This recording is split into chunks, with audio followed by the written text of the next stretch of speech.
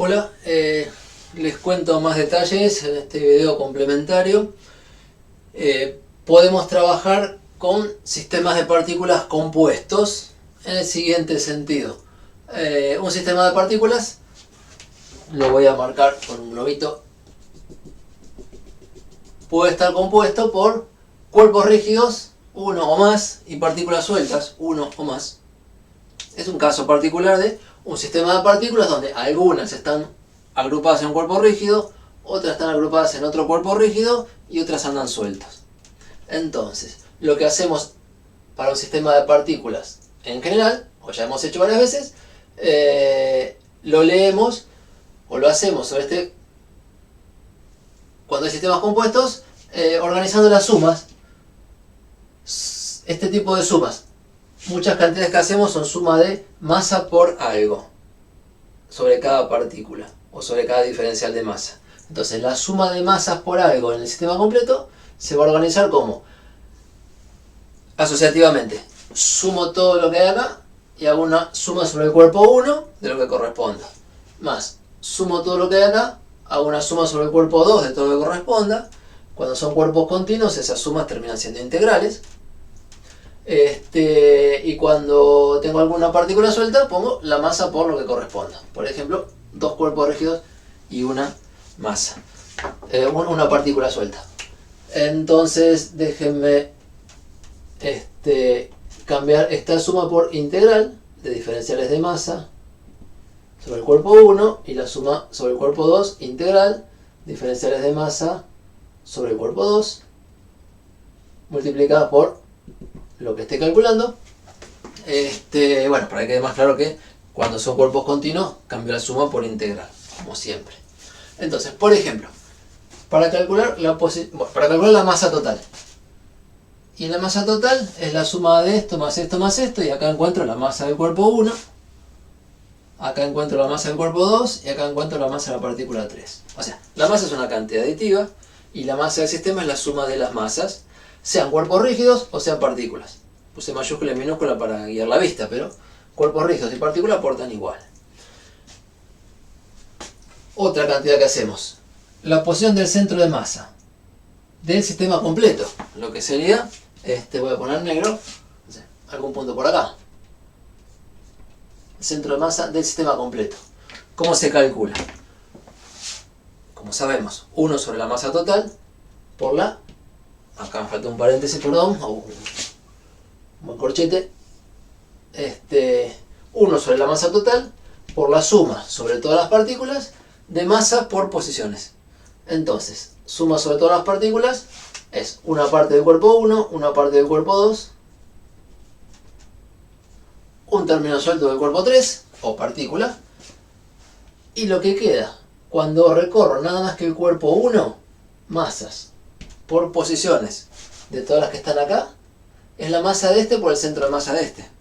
Entonces esto es un subsistema que tiene su propio centro de masa, que llamé CM1 en el dibujo, y esta suma da la masa del cuerpo 1, cuerpo rígido 1, por la posición de su centro de masa, CM1. Esta igual, masas por posiciones, siempre respecto del punto O, de partículas diferenciales de masa que están en el cuerpo 2,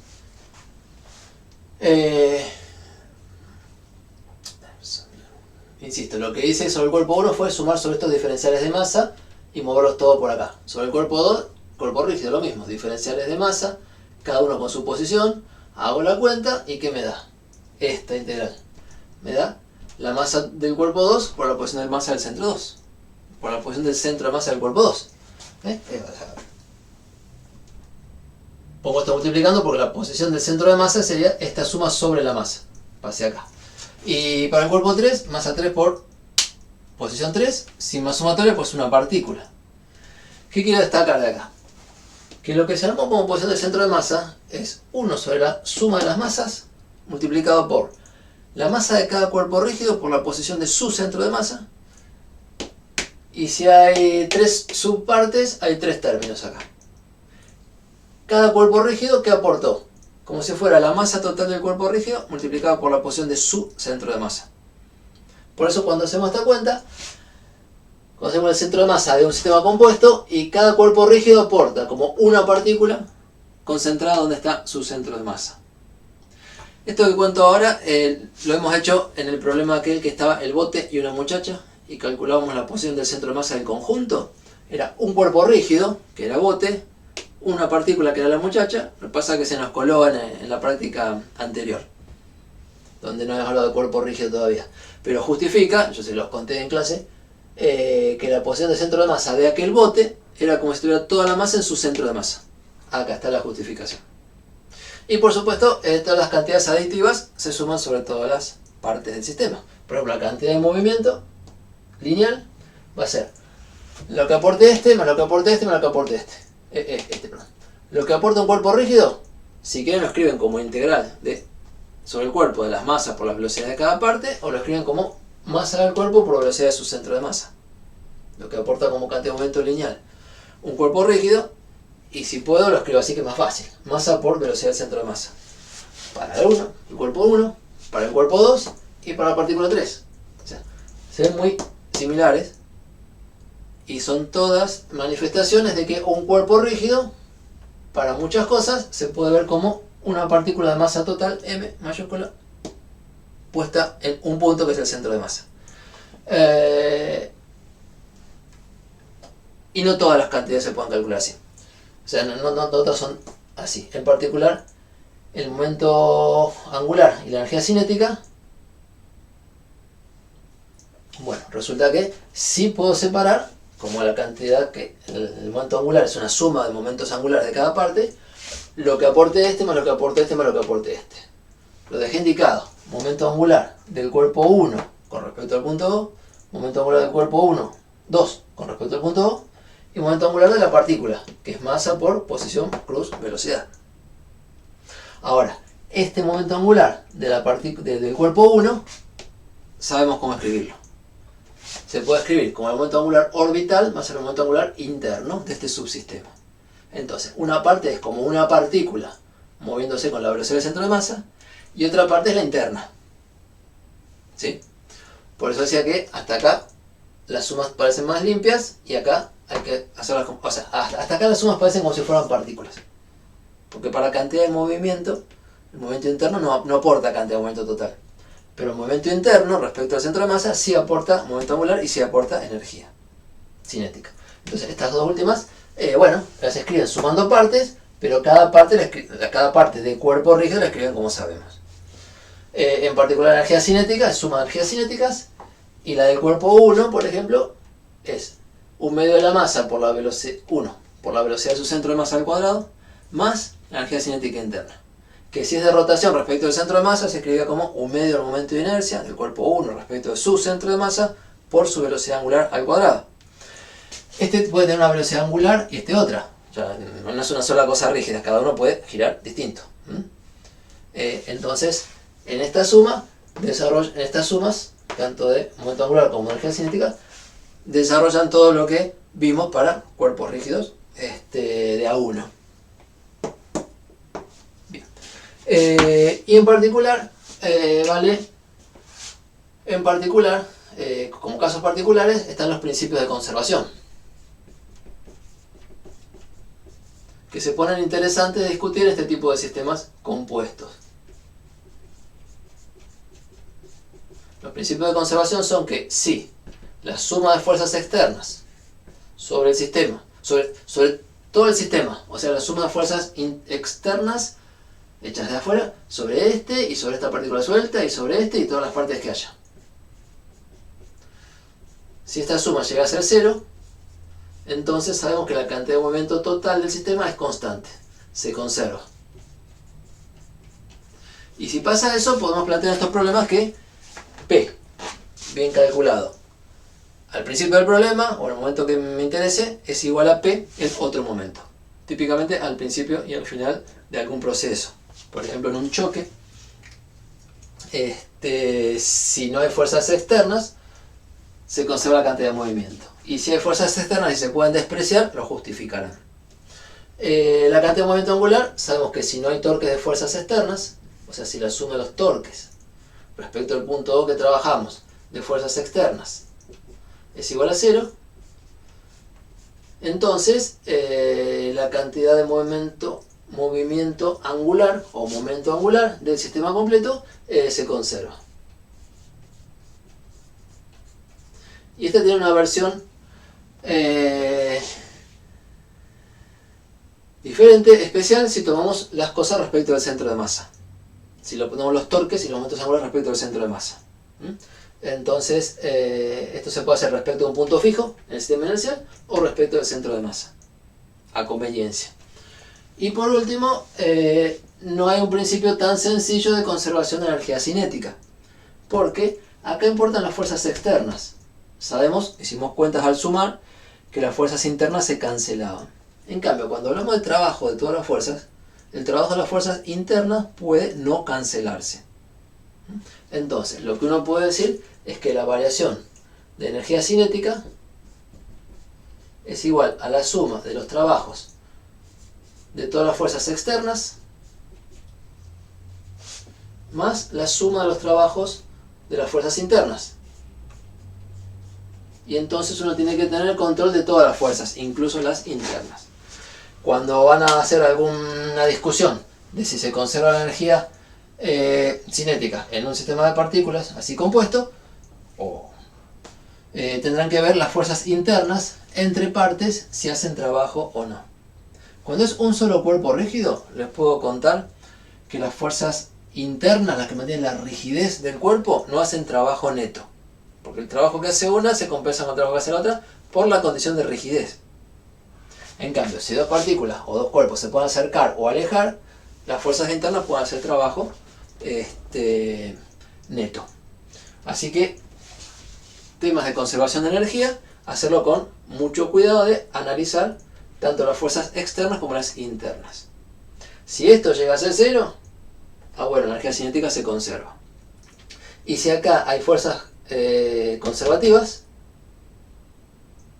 acá o acá, las puedo cambiar por menos variación de energía potencial, pasar al otro lado y hablar de que el trabajo, la variación de energía mecánica es igual al trabajo de las fuerzas no conservativas. Pero siguen quedando las internas y las externas. ¿Sí? Más cuidado cuando hablen de energía. Bueno, con esto puedo dibujar un par de ejemplos. Como los que están en la práctica, sobre todo en los casos de conservación.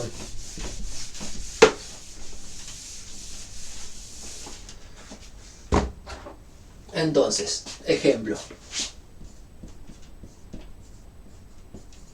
Creo que este no está en la práctica, pero es bien típico. Visto desde arriba, hay una calecita que es un disco. Tiene su momento de inercia respecto a su centro de masa, que está acá. Centro de masa 1 vamos a poner. Diciendo que 1 es el disco. 1 es la calecita. Que es un cuerpo rígido. Que está fijo al piso acá con un eje. O sea, puede girar, pero no puede trasladarse. El eje se lo impide. Si lo queremos empujar, el eje hace fuerza para aguantar ese empuje y no se acelera. Y el cuerpo 2 en este problema es puede ser una persona que viene y salta a la calecita, puede ser una bala que se incrusta, no sé, una partícula de masa M2, porque este lo llamamos 1, la otra es 2, y entonces es un sistema de un cuerpo rígido y una partícula.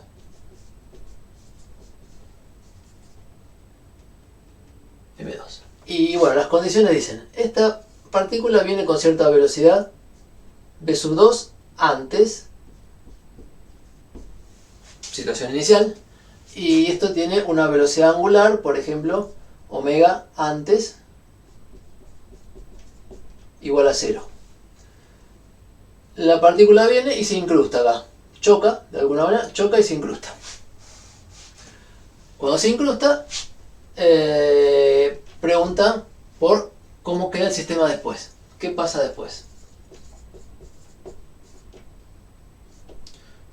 Y bueno, vamos a analizar qué se conserva. La pregunta es, ¿se conserva la cantidad de movimiento P del sistema? Definido como la cantidad de movimiento lineal de la calecita, que le pongo 1, más la cantidad de movimiento lineal de la partícula, que le pongo P minúscula 2. Y eso depende de si hay fuerzas externas. Por supuesto que hay fuerzas internas, que la partícula choca a la calecita, que la calecita frena un poco a la partícula, pero esas fuerzas son internas. ¿Qué fuerzas externas hay? Miren, visto desde arriba, sobre la partícula no hay fuerzas externas.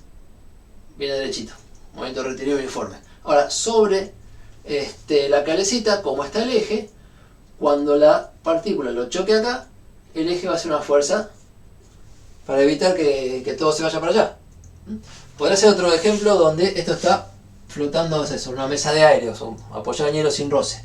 Entonces nadie lo aguanta y se iría todo para allá.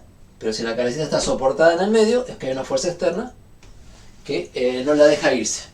Así que hay fuerza externa, por lo menos en el momento del choque, en ese impacto. Y esa fuerza no es pequeña. Es tanto como haga falta para aguantar la calecita. Si el impacto es muy fuerte, la calecita se querrá ganar una cantidad de movimiento importante en poco tiempo, pero esta fuerza exactamente le deja no cambiar su cantidad de movimiento. O sea, compensa todo la cantidad de movimiento que la partícula 2 transfiera a la calecita en un choque, la compensa esta fuerza externa, aguantándose lo que venga. Eje bien rígido. Entonces, la respuesta es que no se conserva la cantidad de movimiento lineal. La otra pregunta es, sí, porque hay una fuerza externa que no se puede despreciar, porque es grande en la medida en que sea grande la fuerza de impacto. La otra pregunta es, ¿se conserva la cantidad de momento angular? Definida como la cantidad de movimiento angular de la calecita. Bueno, ¿respecto de qué punto? Por supuesto. Antes de hablar de momento angular, ¿respecto de qué punto? Y vamos a poner el punto O acá en el centro de la calecita. Entonces, esta cantidad de momento angular del sistema completo, este sistema completo, con dos partes. Respecto al punto O, se va a escribir como el momento de inercia de la calecita por la velocidad angular de la calecita, que depende del tiempo, o sea, antes es 0, después quizás no sea 0, más la cantidad de movimiento angular de la partícula, que es masa 2 por R2 por velocidad 2.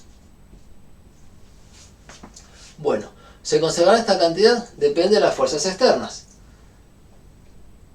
La única fuerza externa importante sobre el sistema era esta, que aguanta la calecita, pero está aplicada justo en el punto O.